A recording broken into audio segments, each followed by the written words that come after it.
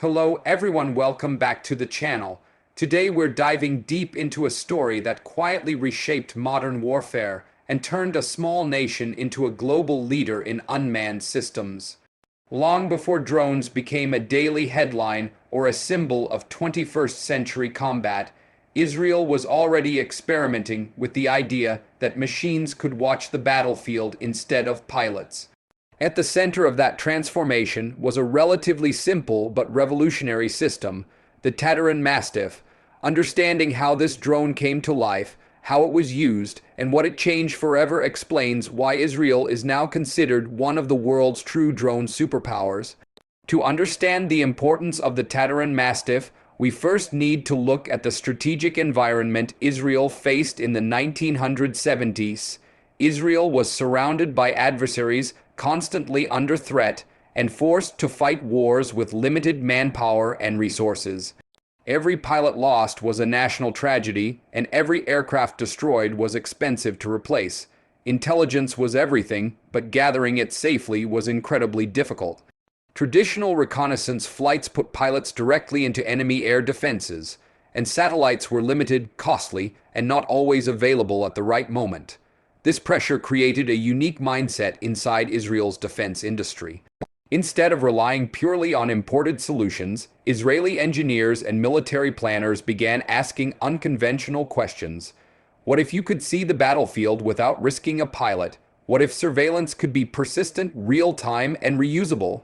These questions didn't come from science fiction. They came from necessity. Tadiran, an Israeli electronics company, became one of the pioneers willing to explore these ideas seriously.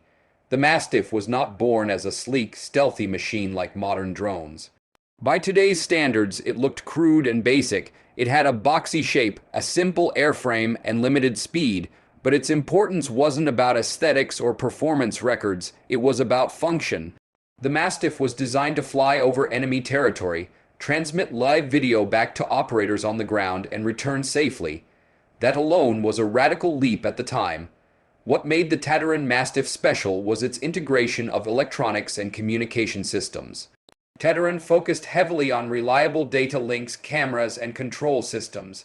The drone could send back real-time imagery, allowing commanders to see what was happening almost instantly. In an era when reconnaissance photos often took hours or days to process, this was a game changer. Decisions could now be made with fresh information rather than outdated guesses. The Mastiff also demonstrated a key principle that still defines Israeli drone design today: practicality over perfection. It didn't need to be fast like a fighter jet or glamorous like a bomber. It needed to work, survive, and deliver information. This philosophy allowed Israel to iterate quickly, learn from mistakes, and improve systems without being trapped by unrealistic expectations. The true moment that proved the value of the Tadiran Mastiff came during conflicts where intelligence dominance decided outcomes. One of the most famous examples was its role in shaping Israeli doctrine leading up to and during the 1982 Lebanon War. Israeli forces used drones, including systems inspired by or derived from Mastiff concepts, to locate Syrian surface, where missile sites. These drones acted as scouts, bait, and observers, exposing enemy defenses without risking pilots. The results shocked the world. Syrian air defenses, once considered formidable, were systematically neutralized. Israeli aircraft operated with unprecedented freedom, and analysts around the globe took notice. For the first time, drones were not just experimental tools. They were central to operational success. The Mastiff didn't fire weapons, but it enabled everything that followed. This success changed how Israel viewed unmanned systems. Drones were no longer niche projects or backup options. They became core strategic assets. The lessons learned from the Mastiff influenced future programs, leading to more advanced platforms like the Scout, Searcher, Heron, and eventually armed drones used for precision strikes. Each generation carried the DNA of the Mastiff, emphasis on intelligence, survivability, and real-time awareness. Another crucial aspect of the Mastiff story is how it shaped Israel's defense ecosystem. The project encouraged collaboration between the military, private industry, and research institutions. Engineers received direct feedback from operators, and improvements were made rapidly. This tight loop between user and designer became a hallmark of Israeli defense innovation. Instead of long, rigid development cycles, Israel adopted flexible, adaptive approaches. Internationally, the success of the Mastiff and its successors positioned Israel as a global exporter of drone technology. Countries that once dismissed unmanned systems now wanted to learn from Israeli experience. Israeli drones began appearing in foreign inventories used for border surveillance, counter-insurgency, and disaster response. The Mastiff had quietly opened a new market and a new reputation for Israel as a leader in unmanned aviation. It's also important to understand how the Mastiff influenced military thinking beyond Israel. Before drones, air power was often associated with speed, altitude, and firepower. The Mastiff shifted focus toward information dominance. Knowing where the enemy is, what they are doing, and how they are moving became just as important as destroying targets. Modern concepts like network-centric warfare and persistent ISR trace part of their lineage back to early systems like the Mastiff. The psychological impact was significant too. Enemy forces knew they were being watched, often without seeing or hearing the drone itself. This constant surveillance created uncertainty and stress, reducing effectiveness even before any engagement occurred. The Mastiff showed that drones could shape the battlefield without firing a single shot, a concept that remains central today. From a technological perspective, the Mastiff pushed boundaries in miniaturization and reliability. Electronics in the 1970s were bulky and fragile compared to today's standards, making a system that could survive vibration, weather, and combat conditions was a major challenge. Tadiran's success laid the groundwork for Israel's later strengths in avionics, sensors, and secure communications. The Mastiff also influenced training and doctrine. Operators had to learn new skills, blending aviation knowledge with electronics and intelligence analysis.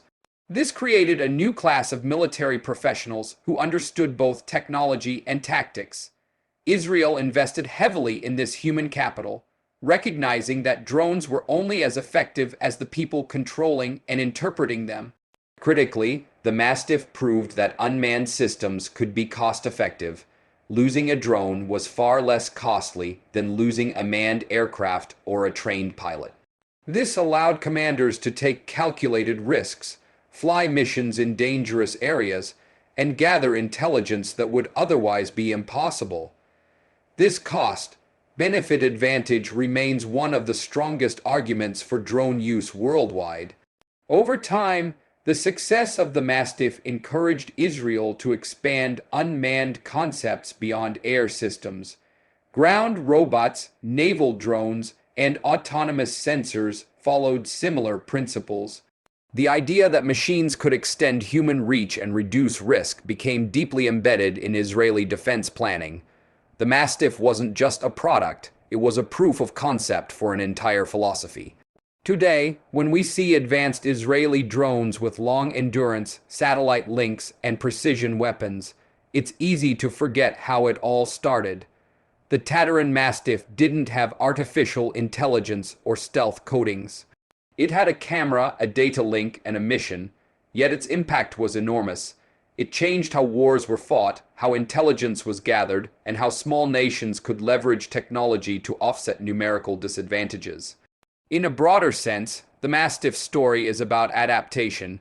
Israel recognized a problem, embraced an unconventional solution, and refined it through real-world use.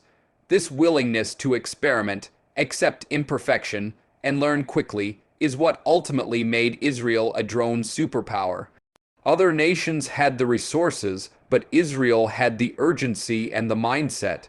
The legacy of the Tadiran Mastiff lives on in every modern UAV program. It reminds us that transformative technology doesn't always arrive fully formed. Sometimes it starts as a simple, even awkward system that solves a real problem better than anything else available. From that foundation, an entire industry can grow. As drone warfare continues to evolve with debates over ethics, autonomy, and regulation, the Mastiff remains a historical anchor. It represents the moment when unmanned systems proved their value beyond theory. It shows how innovation driven by necessity can reshape global military balances. In the end, the Tadiran Mastiff didn't just help Israel gather intelligence. It helped Israel see the future. By trusting a machine to fly where pilots could not, Israel unlocked a new dimension of warfare. That decision, made decades ago, echoes today in the skies around the world, where drones have become an inseparable part of modern conflict.